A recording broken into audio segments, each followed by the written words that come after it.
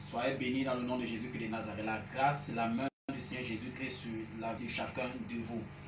Je bénis le Seigneur pour la vie de mon père, papa Ndefo, maman Elisabeth Ndefo. Je rends grâce à Dieu pour toi qui m'écoutes en ce moment. Nous avons eu certaines perturbations depuis hier, c'est pourquoi il n'y a pas eu de direct. Donc, depuis hier, nous avons un problème de coupure dans presque tout Yaoundé. Donc, les téléphones étaient tellement à plat, c'était off. Donc, aujourd'hui, nous avons, le Seigneur nous a donné l'occasion, le privilège de faire ce direct. Nous allons continuer notre série d'enseignements sur la loi de la transmission. La loi de la transmission, nous avons vu depuis le commencement des pensées, depuis lundi, comment certains problèmes se transmettent au travers du sang, comment certaines malédictions, comment certains péchés se transmettent à partir du sang, du père à l'enfant, du grand-père arrière, de l'ancêtre jusqu'à génération en génération. Nous avons vu ces choses et aujourd'hui, je pense que nous allons continuer. Et nous avons vu que dans le sang de l'homme, il y a ce qu'on appelle les gènes. Donc, chaque enfant dans son sang, dans son ADN a le gène de son père. Donc, les gènes de son père qui déterminent et qui définissent la nature de son père. Donc, si ton père est un sorcier, les gènes de la sorcellerie sont dans ton sang. Si ton père est un malfaiteur, est un brigand, les gènes de brigand, c'est dans ton sang. Parce que tu es né de ce papa et dans ton sang, lorsqu'on fait le test d'ADN, il y a les gènes de ton père à l'intérieur. C'est pourquoi en réalité, pour que ces choses ne puissent plus nous manipuler, nous avons besoin de naître de nouveau. Maintenant, lorsque tu nais de nouveau, tu n'es plus né, le sang de ton père ne te contrôle plus. Le sang de ton père ne te contrôle plus. Les gènes de ton père ne s'y retrouvent plus spirituellement dans ton sang. On retrouve le sang de Dieu lui-même. Donc Dieu devient ton père. Ça fait en sorte que c'est le sang les gènes de Dieu qu'on retrouve dans ton sang. Donc, et lorsque tu es enfant de Dieu, Dieu te transmet sa nature. Donc, tu portes la nature de Dieu en toi. Mais lorsque tu es encore créature de Dieu, lorsque tu n'es pas encore enfant de Dieu, parce que nous tous les humains, chaque humain est une créature du Seigneur, créature de Dieu. Mais tout le monde n'est pas enfant de Dieu. Pour être enfant,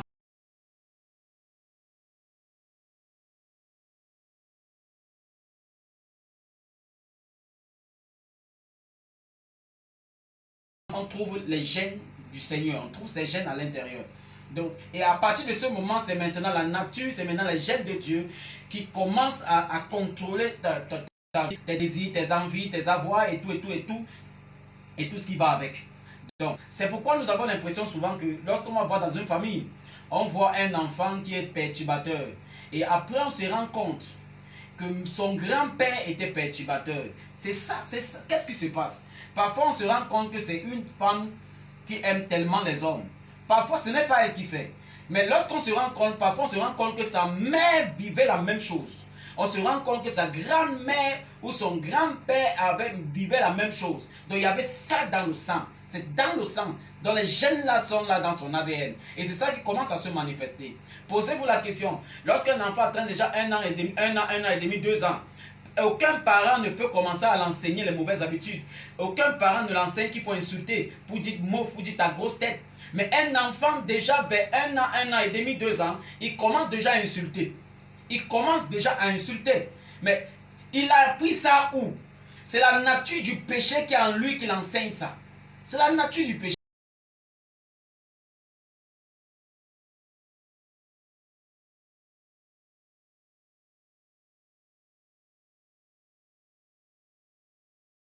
Son père. Et quand son père l'a fait naître, les mêmes gènes se retrouvent dans son sang. Donc ça fait en sorte que c'est la nature de son père, de ses ancêtres qui se manifeste dans sa vie. On va voir comme ça un enfant qui commence à voler. Nous allons voir un enfant qui commence à voler. Et cet enfant appris à voler. Mais à un certain niveau, lorsqu'il a 2 ans comme ça, 3 ans, l'enfant commence déjà à voler. Mais maintenant, qui lui a appris à voler? Personne ne l'a appris à voler. Mais c'est la nature que l'enfant ne veut pas voler. La nature parle. La nature se manifeste. C'est pour ça que il est très important qu'on puisse naître de nouveau. Très important. C'est pourquoi il est très important d'apprendre ou d'enseigner les voies du Seigneur dès le bas âge à l'enfant, afin qu'ils grandissent avec les lois de l'Éternel. C'est pourquoi aujourd'hui nous allons continuer avec cette série d'enseignements. Je veux que tu sois tellement attentif. Nous allons lire dans Genèse 11. Genèse 11 à partir du verset 10. La Bible dit dans Genèse 11 à partir du verset 10.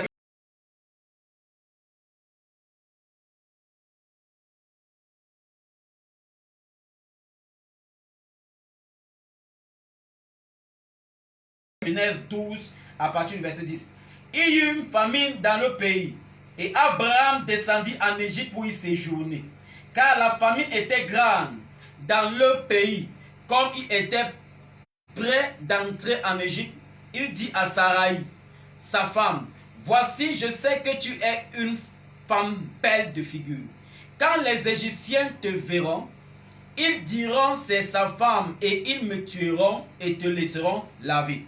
Dis, je te prie, que tu es ma sœur, afin que je sois bien traité à cause de toi, et que mon âme vive grâce à toi. Maintenant, voici une famine qui est au pays, au temps d'Abraham. Et la famine était si grande et ça a terrassé toute la population, ça a terrassé la contrée, au point où Abraham partait séjourner, se réfugier en Égypte. Il a pris sa femme pour aller se réfugier en Égypte, sous prétexte de fuir la famine. Alors, et quand ils arrivaient en Égypte, avant qu'ils entrent en Égypte, Abraham dit à sa femme que comme tu es belle, il faudrait que quand on arrive en Égypte, tu dois dire que tu es ma soeur.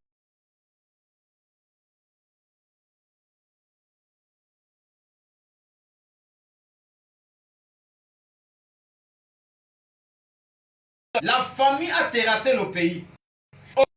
Au point où Abraham est parti en Égypte pour fuir la famine. Et à cause de cette famine, Abraham est obligé de pécher. Abraham est obligé de mentir que Sarah c'est sa sœur. Certaines personnes disent que oui, Sarah était sa sœur. Même à l'église aujourd'hui, tu épouses ta sœur en Christ. Mais dès que tu l'épouses, ce n'est plus ta sœur, c'est ta femme. Donc Sarah n'était plus la sœur, la cousine d'Abraham. C'était maintenant sa sœur. C'était déjà sa femme. Donc là-bas, Abraham a menti. Abraham a menti. Maintenant, lorsque nous regardons la même famille, nous regardons dans Genèse 26. Dans Genèse 26 à partir du verset 1. Genèse 26 à partir du verset 1. Il y eut une famine dans le pays, outre la première famine qui eut lieu du temps d'Abraham. Donc, la même famine est revenue au temps d'Isaac. La même famine. Donc, la famine qui était au temps d'Abraham, cette famine revient au temps de son fils Isaac. La Bible dit qu'il y a eu une famine dans le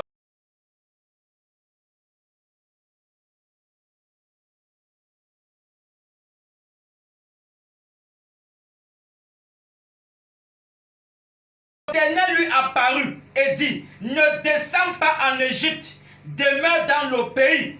Donc, la première famine a fait en sorte que Abraham a fui le pays pour aller en Égypte se séjourner, se réfugier, pour fuir la famine. En voici Abraham meurt. Fils Isaac revient. La même famine qui s'est attaquée à Abraham, la même famille revient attaquer son fils. Plusieurs années plus tard, la même famille vient attaquer le fils d'Abraham.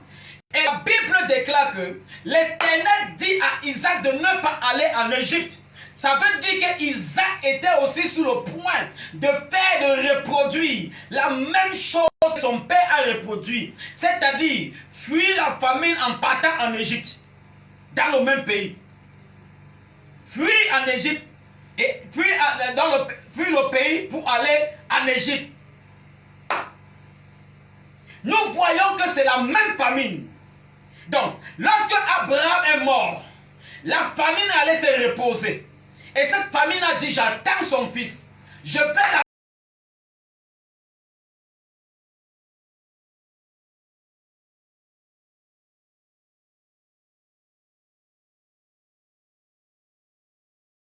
Elle s'accrochait sur la beauté de sa femme pour avoir de la vie. J'ai poussé son père à faire des business, à utiliser sa femme pour un business, pour qu'on lui donne des présents. Et qu'on préserve, on lui préserve sa vie. Alors, je vais reproduire la même chose à son fils. Et quand la famille là est venue, la famille l'a oublié que ce qui tue ton père n'est pas forcément ce qui va te tuer. La famille l'a oublié que ce qui peut terrasser tes parents peut ne pas te terrasser. Et Dieu a apparu. Je parle dans la vie de quelqu'un ici. Le comportement qui a tué ton père, la famine qui a tué ton père, la pauvreté qui a tué ton père, l'échec qui a tué ton père, ne pourra pas te tuer au nom de Jésus qui est de Nazareth. On a arrêté Étienne, on a lapidé. Les mêmes personnes et pour les mêmes causes et pour les mêmes raisons ont attrapé Pierre et ils ont mis dans la même prison, mais ils n'ont pas tué Pierre. L'ange est venu enlever Pierre. Laisse-moi te dire, si ton père n'a pas construit, ça ne veut pas dire que tu ne pourras pas construire. Je déclare sur ta vie maintenant, ce que ton père n'a pas accompli, tu as accompli. Ce que ta famille n'a pas accompli, tu as accompli. Ce que tes parents n'ont pas accompli, tu as accompli. Au nom de Jésus-Christ de Nazareth.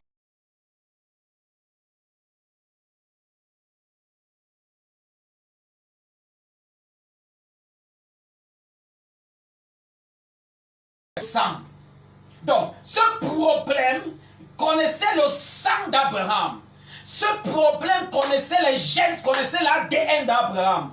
Et il connaissait tous ceux qui appartiennent à cet ADN. Il connaissait tout ce qui appartenait à la lignée d'Abraham. C'était le même sang.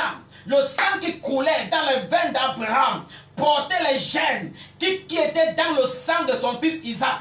Donc, cette famille a reconnu dans le sang d'Isaac Abraham. C'est pourquoi la même famille est revenue. Regardons maintenant. Lorsque la même famille revient, Isaac est sur le point d'accomplir les mêmes comportements, d'avoir, d'afficher les mêmes réactions que son père a affichées lorsque la famille là s'est attaquée à son père.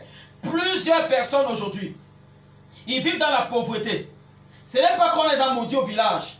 Ils vivent dans l'extrême pauvreté. Ils vivent dans l'extrême célibat. Certaines personnes ne parviennent pas à accoucher aujourd'hui. Certaines personnes ne parviennent pas à construire aujourd'hui. Certaines personnes vivent de maladie en maladie aujourd'hui. Mais lorsque tu regardes, si tu observes, tu vas te rendre compte que la plupart de ces gens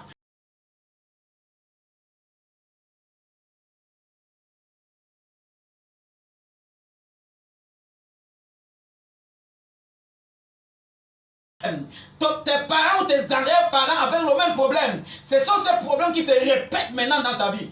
Je parle en qualité de prophète de l'Éternel. Je viens briser ça. Je déclare que ça s'arrête maintenant. Au nom de Jésus qui est de Nazareth. Si on ne brise pas ça maintenant, tu vas te rendre compte que tes enfants viendront mener et vivre la même vie. On a l'impression que c'est la même histoire. Que c'est l'histoire d'Isaac. Que c'est l'histoire d'Abraham. Que Isaac est en train de reproduire. Oui, on a l'impression que c'est la même histoire qui revient. Combien de personnes, lorsqu'ils regardent leur vie, ils ont tendance que c'est la vie de leurs parents qui sont en train de reproduire. Ton père pour acheter la moto, c'était un problème. Quand toi tu viens pour acheter la moto, c'est encore un problème. Ton père pour acheter un terrain, c'était un problème. Toi aujourd'hui pour acheter un terrain, c'est un problème. Et tu ne te poses pas la question. La seule personne qui stoppe ça, c'est Jésus-Christ. C'est pourquoi il est important de naître de nouveau. Pour que ces choses ne puissent plus nous manipuler, nous contrôler. Pour que tu ne sois plus contrôlé par les gènes de ton père, par la nature de ton père.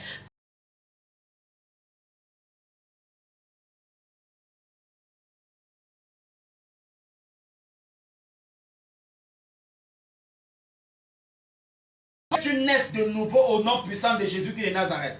Je brise ces lois dans ta vie au nom de Jésus qui est de Nazareth. La loi de la transmission est très dangereuse. Très dangereuse. Regardez un problème qui se transmet du père à l'enfant. Abraham connaît un problème. Son fils vient après, il connaît le même problème. Le même esprit le combat. Le même esprit. Combat Isaac. Est-ce que tu sais qu'il y a plusieurs problèmes que tu fais face aujourd'hui? Ce sont les problèmes que ton père a connus lorsqu'il était jeune comme toi. Est-ce que tu sais que plusieurs situations que tu traverses aujourd'hui, ton père a traversé les mêmes situations et tu as l'impression que c'est la même histoire. Tu as l'impression, ce n'est pas bon. Tu ne dois pas vivre la vie de ton père. Tu ne dois pas vivre la vie de ta mère. Tu as ta vie, ton père a sa vie. Tu as ta vie, ta mère a sa vie. Je déclare sur ta vie aujourd'hui. Tu commences à manifester la vie que Dieu a prédestinée te concernant. Au nom puissant de Jésus-Christ de Nazareth. Ce n'est pas normal de commencer à vivre la vie de ton père. Un jour, il y a un jeune homme que j'ai croisé. Il avait tellement de difficultés. Il avait des problèmes financiers. Et il faisait...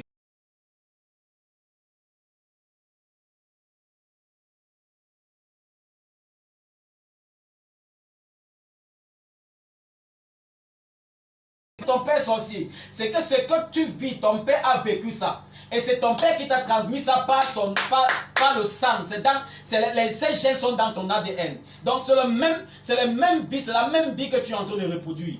Et alors, il allait voir son père parce que lui, il n'a pas trop vécu avec son père. Il allait voir son père, il a causé avec son père. Son père lui a expliqué sa vie. Et il s'est rendu compte qu'il était en train de mener la même vie que son père. Parce que son père vivait une vie d'atroce mendicité et pauvreté.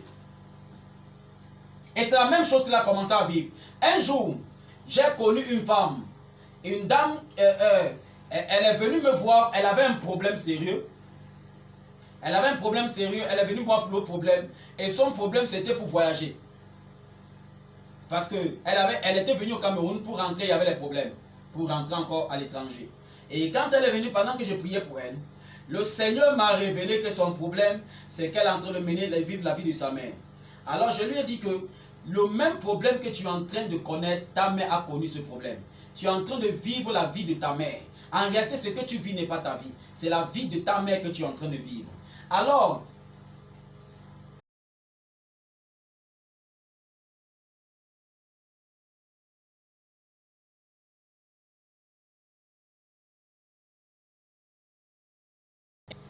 quand j'étais au Cameroun, j'ai connu un homme, on était fiancés.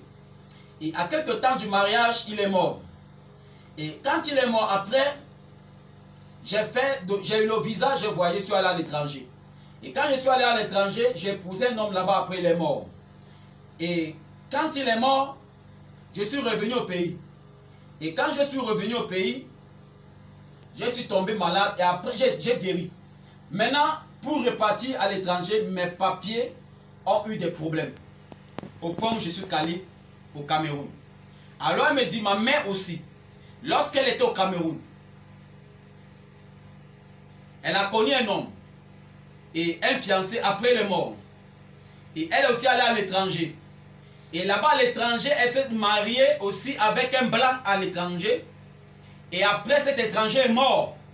Elle est revenue au pays. Et quand elle est revenue au pays, elle n'est plus jamais allée à l'étranger. Et elle est morte ici au pays.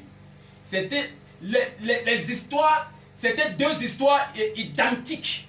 C'est comme si elle me revenait reproduire la vie que sa mère a menée. Je lui ai dit que c'est ça ton problème.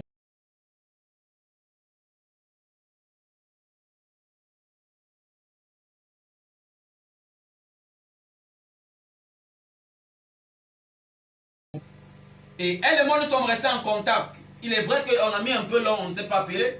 Mais elle suit souvent mes directs, elle me suit souvent. Donc c'est pour ça, si elle suit cette histoire que je raconte, qu'elle peut écrire en bas pour que les gens comprennent que ce que nous disons dans les médias, c'est ça, on n'invente rien. On n'invente rien. Donc, écoute-moi, ce sont des mêmes problèmes. Plusieurs problèmes que tu rencontres aujourd'hui. Ce sont des problèmes qui ont fait face à ton père et qui ont terrassé ton père. Si tu ne pries pas, si tu ne t'attaches pas à Jésus-Christ, ces mêmes problèmes vont te terrasser. C'est pourquoi il est important et nécessaire et vital pour toi de naître de nouveau. Je prie pour toi. Tout problème qui s'est attaqué à ton père et qui est en train de s'attaquer à toi, tombe maintenant au nom puissant de Jésus-Christ de Nazareth. Je déclare que ce problème tombe maintenant au nom de Jésus-Christ de Nazareth. Que pendant que je parle, tout esprit de répétition, de chèque chronique, renversé maintenant au nom puissant de Jésus-Christ de Nazareth. Regardons un peu.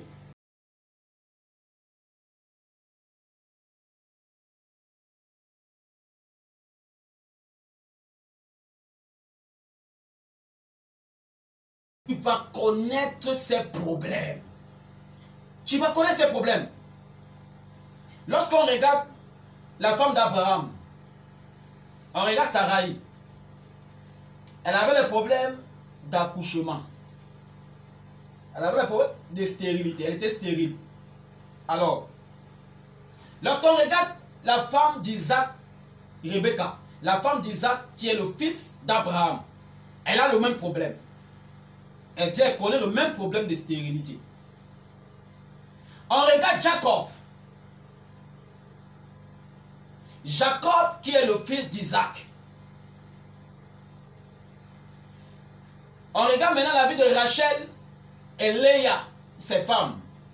Et comment elles commencent à connaître les mêmes problèmes. Les mêmes problèmes. Donc, tu comprends maintenant que les problèmes se transmettent. Il y a ce qu'on appelle dans le règne de l'esprit la loi de la transmission. Le règne de l'esprit est régi des lois. Le règne de l'esprit est façonné des lois. Et qu'on doit respecter pour vivre d'une façon aisée. Si tu ne connais pas comment fonctionne le règne de l'esprit, tu seras surpris par tout ce qui peut t'arriver.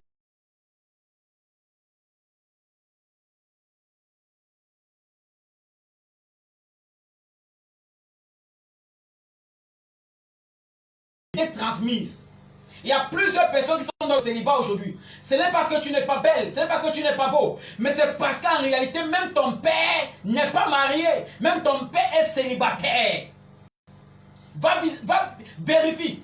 Tu vas te rendre compte que même ton père n'est pas marié, qu'il est célibataire, qu'il est avec ta mère depuis l'instant même pas marié. Tu vas te rendre compte que ta mère allait de maison en maison, de foyer en foyer en faisant des enfants. Et même elle n'est pas mariée. Et c'est la même vie que tu commences à mener aujourd'hui. Chaque homme vient, il te laisse. Il donne son Camerounais. Il donne quelqu'un dedans. Allez, il te laisse. Chacun vient donner pour lui part. Personne ne te marie. Personne ne t'épouse. Tu penses que c'est quoi? Pendant que toi, tu es en train de chercher que c'est quelqu'un au pilat qui t'a attaché. Que c'est une sorcellerie, quelqu'un quelque part. Mais tu ignores que le problème est dans ton sang, dans ton ADN. C'est que tu ignores que, en réalité, le problème, tu as hérité d'un problème qui est de ta mère. Et combien de personnes? Il y a des gens aujourd'hui qui ont les 3 enfants dans la maison de leur mère. Ça veut dire que tu habites chez tes parents, mais tu as déjà 3 enfants chez tes parents. Maintenant, quand tu regardes, tu te rends compte que même ta mère a fait des enfants chez eux. Que même ta mère commençait à coucher les enfants dans la maison de son père, dans la maison de ses parents.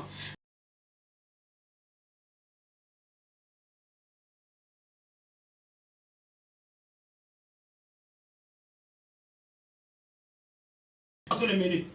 La même vie que tu es en train de mener.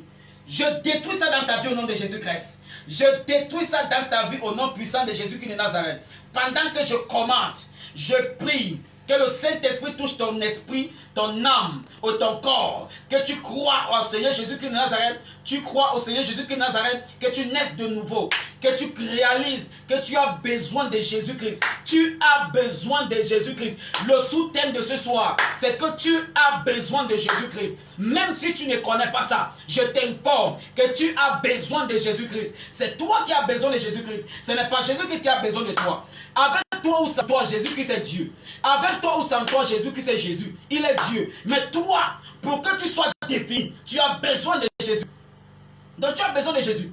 Donc pendant que tu m'écoutes, bien-aimé, si tu m'écoutes, laisse que ton esprit soit sensible, que ton cœur soit sensible. Ne sois pas rebelle. N'endurcis pas ton cœur. Réalise que tu as besoin de Jésus-Christ. Et si tu examines ta vie, tu vas te rendre compte que ce que je prêche là, tu vis la même chose. Et si tu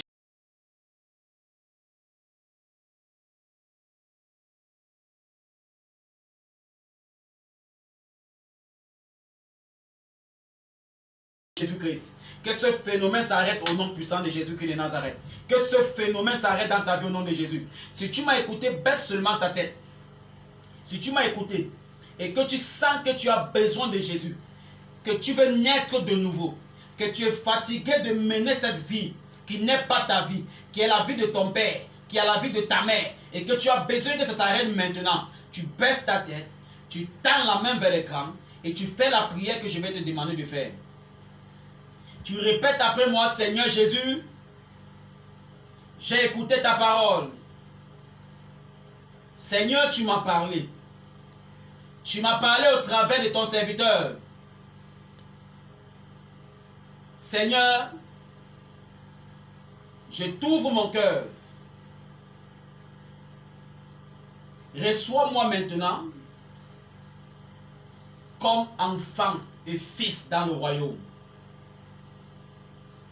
Je crois dans mon cœur que Jésus-Christ, tu es mort et ressuscité au 3e jour. Je déclare par ma bouche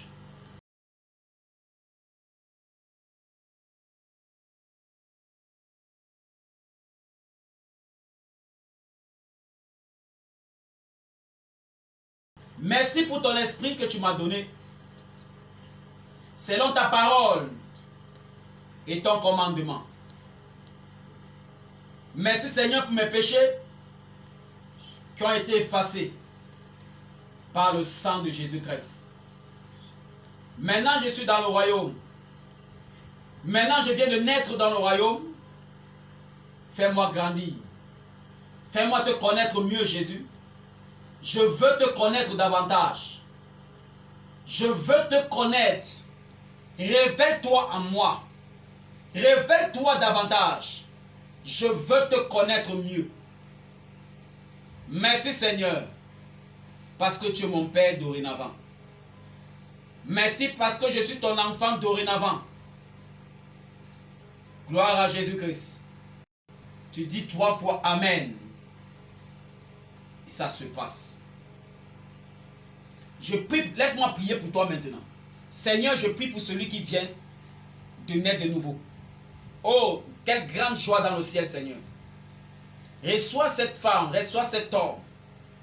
Seigneur, ne laisse pas que l'ennemi puisse se ravir. Ma prière, Seigneur, parce que tu es le Dieu de la conservation, conserve-le qui ne s'égare plus. Au nom de Jésus-Christ de Nazareth. Merci Seigneur parce que son nom est écrit dans le livre de vie. Merci Seigneur parce que tu l'as arraché des griffes de l'enfer. Merci Seigneur parce qu'il traverse les ténèbres pour ta sublime lumière. Merci au nom de Jésus-Christ de Nazareth. Merci Seigneur. À toi la gloire et l'honneur, la majesté absolue au nom de Jésus-Christ. Amen. Si tu as fait cette prière avec tout ton cœur, le Saint-Esprit t'a touché, maintenant tu es né de nouveau.